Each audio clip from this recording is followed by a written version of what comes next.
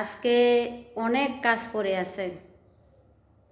আজকে বাথরুম দিতে হইব, রুম এটা পরিষ্কার করতে হবে, এটা করতে হবে। এই যে ম্যাডামের রুম এটা সব পরিষ্কার করতে হবে, অনেক কাজ। ও আবার রুম এটা পরিষ্কার করতে হবে, আবার রুম এটা পরিষ্কার করতে হবে। দেখছেন আজকে অনেক কাজ, কারণ গতকালকে ম্যাডাম রাতের 10:30 বাজে চলে গেছে। তারা তো মেকআপ ছাড়া কিছুই করে না, আমরা সবাই জানি। মেকআপ কইরা একদম চুল মূল কি বলবো, টিস্যু মিশু এরা সব রুমের মধ্যে ফালাইতেছে, বুঝছেন।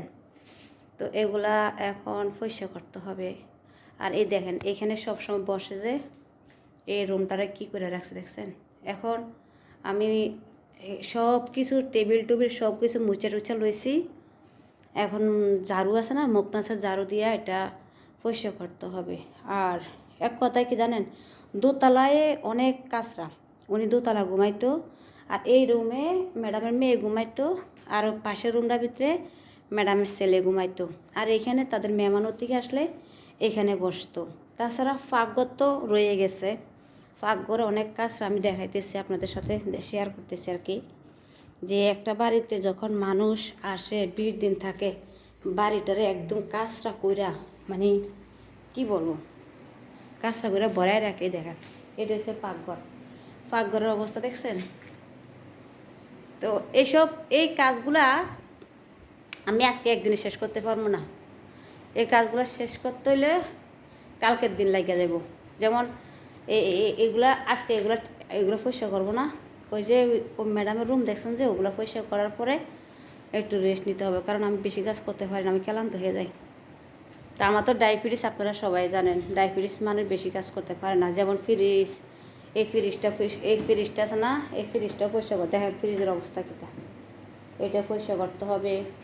তাছাড়া এই মোজাম্বিতে, আরবিতে বলে যে এটা মোজাম্বিতে, এটা পরিষ্কার করতে হবে। এই যে জ্বালানা আছে না, এই জ্বালানাগুলো পরিষ্কার করতে হবে। এই দেখেন বাতের পাতিল মাতিল কী অবস্থা দেখছেন, জ্বালানা মালনা কী অবস্থা হয়ে রয়েছে। এই যে চুলা মুলা কী অবস্থা রয়েছে, এগুলো সব পরিষ্কার করতে হবে।